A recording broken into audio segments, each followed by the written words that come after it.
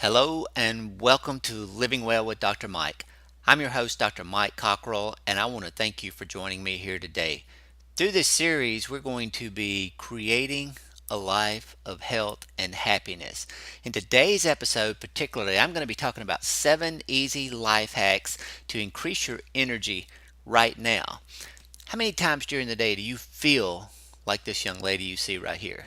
Our energy crashes, we're tired, we're run down, we're fatigued, we get up in the morning, we're exhausted after sleeping all night long. There's a reason that those things are happening. And today I want to share with you 7 really easy things that you can actually start implementing into your life right now to begin to improve your energy, get you going, stop the fatigue, stop the crash, and help you have a healthier, happier life. Listen, before I get started, be sure to check out the website at www.livingwellwithdrmike.com. On that site, you can get access to all of our resources, our blogs, our podcasts, our programs, everything you need. Everything's going to be updated on the website there, so feel free to take a look at that anytime you need to. But today, let's get started with this real quick. In today's episode, we're going to do 7 life hacks that are really, really easy. What I want you to understand, though, even though these are easy to do, if you put them into place, you're going to see that they can make a significant impact in your life right this minute. I mean, literally, physically, very quickly. The first one we want to talk about, especially to increase your energy, overcome fatigue, is to drink more water. You're going to hear me talk about that over and over and over because it's such an important factor. In fact, if you look at the U.S. population in general, on any given day, roughly 70% of us are in some state of mild dehydration. Dehydration causes fatigue, muscle soreness, muscle weakness, headaches. It makes you feel completely drained. And when you don't have enough water on board, metabolically, your body can't keep up. If we go through and look at what we really need, you pretty much need about half your body weight every day in ounces of water. That will You're going to need even more if you're active and sweating. But basically, that means if you weigh 150 pounds, you need about 75 ounces of water every day. So, what's the good hack to do to improve your energy today? One, drink more water. Keep your water close to you. Keep a bottle on your desk. Keep it with you close wherever you're at. If you're going to be outside, make sure you have access to good, clean drinking water. And if you want to just sort of estimate about how much you're taking, 2 good normal drinks of water is about an ounce. So increase your water, decrease your fatigue. Number 2 on the list here is eat less sugar. Now, this is another one of those areas where as a population in the U.S., we really are struggling with this because we have an obesity epidemic, and honestly, in my personal opinion, my medical opinion, most of it is sugar driven. We're eating too much sugar and it's making us fat and lazy. When you eat too much sugar, you get a rapid rise in your blood sugar, followed by a very rapid crash because along with the rise in blood sugar, you get a corresponding rise in insulin. What most people feel is that 2 to 3 hours after you've had a high carb meal, or you've eaten candy, or you've eaten something that's sweet, you're going to be starving again. And that's part of that process. It ends up causing you to overeat. It ends up slowing down your system. It zaps your energy. It's going to make you feel tired and sluggish. In this country, the average American adult eats about 300 to 400 grams of sugar a day. Your body actually needs probably 50, maybe 60 to 70 grams to function normally. So when you're eating excess sugar, you're zapping your energy. Those excess carbohydrate calories are adding pounds to your waistline. You have brain fog, ultimately causes adrenal fatigue, may increase cholesterol issues, may increase diabetes issues. The solution, just stop eating it. Stop it, okay? That's what we got to do with that. Number 3, limit your caffeine. Now, I'm not going to sit here today and tell you that you need to get rid of your caffeine because I'm a big fan of coffee. It's my early morning pick-me-up. But let's look at a couple of things. Too much caffeine in your life can cause insomnia, irritability, nervousness, restlessness, stomach upset, muscle tremors, tachycardia. on and on and on. Ultimately, too much caffeine, in my opinion, will lead to adrenal fatigue. And when you have adrenal fatigue, your body just can't recover. You keep pounding it, pounding it, pounding it with caffeine, with sugar, with all of these things, and you never get any good significant benefit because you have literally just burned out your adrenal system. How do we manage this? One, make sure that you stay below about 400 milligrams a day of caffeine. Now, that's actually quite a bit because that's the equivalent of about 4 cups of coffee. Where you're going to get caught is if you're an energy drink person, 2 energy drinks typically are going to push you above this level. So avoid the energy drinks, avoid the 5 hour shots, all those kind of things. Limit your coffee intake so that you can improve your energy naturally. It's fine to have a cup to get you going in the morning, but you got to be careful because what's going to happen is if you pound your system with too much caffeine, especially if you're a big sugar eater, you're going to wreck the system. So, the way to get this is cut it out. Stop drinking so much caffeine. All right, number 4, increase your intake of vitamin D. Now, this is an area that's actually gained a lot of attention probably in the last 10 years, and most of us are aware that we need to increase vitamin D. Most of us may not be aware of how it really affects us from an energetic standpoint. Low levels of vitamin D are associated with heart disease, immune disorders, fatigue, obesity, osteoporosis, chronic bone and joint pain, and a whole host of cancers. At last count, at least 14 cancers out there that probably have an increased incidence in people who have low levels of vitamin D. One of my solutions to this, typically take an extra 5,000 international units every day as a supplement. Yes, as a supplement. You are not going to be able to eat your way to enough vitamin D.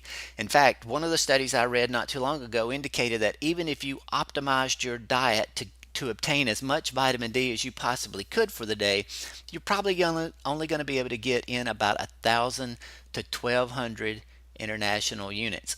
So boost that vitamin D using a good quality supplement. When you do, you're going to notice that it helps boost your fatigue level, increase your energy level, decrease your fatigue level, boost your energy. It's going to help boost your immune system, especially at the time I'm recording this. We're getting ready to head into our cough and cold season. So if you're prone to having colds and the flu, or if you're working around a lot of other people, vitamin D is going to help boost your immune system, help decrease the likelihood that you're going to pick up all that crap during the winter season, and it's going to help you feel better. Also, there's some evidence in the literature that shows that it may assist with DNA repair processes and hormonal regulation. Why is that important? Because as we live longer, we're going to need to make sure that our body is taking care of the repair processes. Cancer, in particular, is a process that happens when DNA repair fails to do its job. So I think that's why we probably see an increased risk with all of the cancers that we talked about earlier. And hormonal regulation is very important because as you age, you have a tendency to have more hormonal dysregulation anyway. And so anything you can do early on in life to prevent that dysregulation and help keep things moving in a smooth fashion will help improve your energy, keep you active, keep you moving, keep your health in good shape. Number 5, eat more healthy fat. Listen very carefully. I'm not talking about the fat you get in a drive-through greasy burger. You need to really focus on avoiding trans fats and some of the highly saturated fats because those fats create a whole host of other problems other than just causing you to get heavy. You know, avoid low fat foods because when you eat low fat, that means high carb. So, as we talked about earlier, we got to limit the sugar. So, don't eat the low fat stuff either. What you really want to do is you want to focus on increasing your fat intake using healthy fats like grass fed butter, coconut oil, olive oil, those types of things. One of the things that I have done, and I have taken this idea from the gentleman that wrote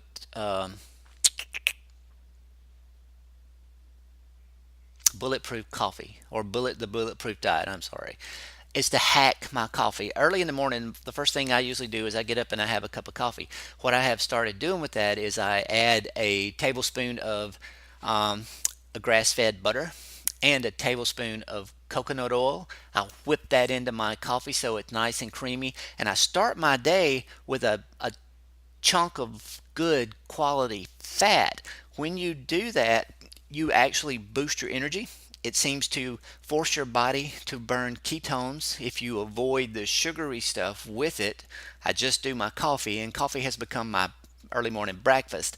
And as you do that, you're going to see an improvement in your energy level. You're going to see your brain fog improve. You're going to see a boost in a lot of things that you normally wouldn't see. I haven't tried hacking tea yet, but that would be something that you could try as well. Or the other thing that I do from time to time, and I usually do this in the afternoon if I'm having a little lull mid afternoon and I need to pick my energy up, is I mix up what I call an energy toddy. And basically, what I do with that is I take about 2 ounces of water, throw it in the microwave for about 30 seconds just to get it nice and warm so it'll melt my coconut oil. I add about a teaspoon or two of coconut oil. I add a teaspoon of extra virgin olive oil. I'll add a teaspoon of apple cider vinegar and about a teaspoon of local raw honey. It makes a nice little toddy, just a small shot that you can drink, but it helps improve your energy, sort of boost you up. It's got enough healthy carbohydrates in it to give you that little pick me up from that standpoint, and some good fats in it that keep you from spiking your insulin and crashing later on. So, a couple of ideas you can do there. Number 6, laugh more. That's right. You know, laughter has been shown to lower sadness and depressive symptoms and increase mood in nearly every study that it's been looked at. It also has been shown in several studies to boost your immune system, decrease your risk of heart disease. It improves your pain threshold. People with rheumatoid arthritis, fibromyalgia, chronic fatigue, who have a ton of muscle ache, soreness, stiffness, have trouble getting up, laughter is great for that. There's also been certain studies that show that something as simple as just forcing a smile on your face, even if you don't feel happiness, can actually help boost your mood. So, our solution to that very simply is this: smile more, laugh more, watch a funny movie, watch some funny videos. They're all over YouTube, Facebook. You can find them everywhere. So, take time to spend more of your day laughing. Finally, number 7, least this is the last but not the least, that's to stay active. Okay, this is really interesting stuff. I did a podcast on this not too long ago, but sitting is killing you. In fact, sitting more than 6 hours a day will increase your risk of dying in the next 15 years by 40%. That's compared to people who sit less than 3 hours a day. We know that sitting increases your risk of heart disease, it increases your risk of obesity, it increases your risk of chronic bone and joint pain. The solution: get your butt up and move. Get out of that chair. You need to take a break. In my opinion, at least once an hour, you need to get up and move away from your desk. If you sit in a sedentary job, if you drive, every time you get a chance, you have got to get up and move. One of the things that I have done this year in my personal life is I've started adding extra steps. And what I found when I started looking at this was very interesting, because something as simple as an extra 100 steps a day can increase your walking by more than 20 miles a year. That's amazing to me, because in my office, in my clinical practice, where my office is located, it's about 48 steps from my office to the bathroom, 48 steps back. From my office to the break room in the back of the building, it's about 52 steps there, 52 steps back. So taking an extra trip to the bathroom, taking an extra trip to the break room to get more water so that I stay better hydrated, I can add a couple 300 steps a day that I never even noticed. And you can do the same thing. You know, if you want to make a game out of it, then I encourage you to take and measure how many steps it takes you to get back and forth to your break room, to the bathroom, to make a trip around the office. You know, park a few spaces farther back from your store when you get ready to go shopping, and see how many extra steps you can add just by going in and going out. You know, it's amazing how many steps that you can actually get and how much of an impact that has day after day after day if you just pay attention. So get up and move. Okay. I hope this information has been informative. I hope you enjoyed it. I hope it helps you boost your energy starting right now. The key to making it work is to get on board and do it. If you just looked at the video, if you just shared the information, you said that sounds great, but you don't take action, you get nothing.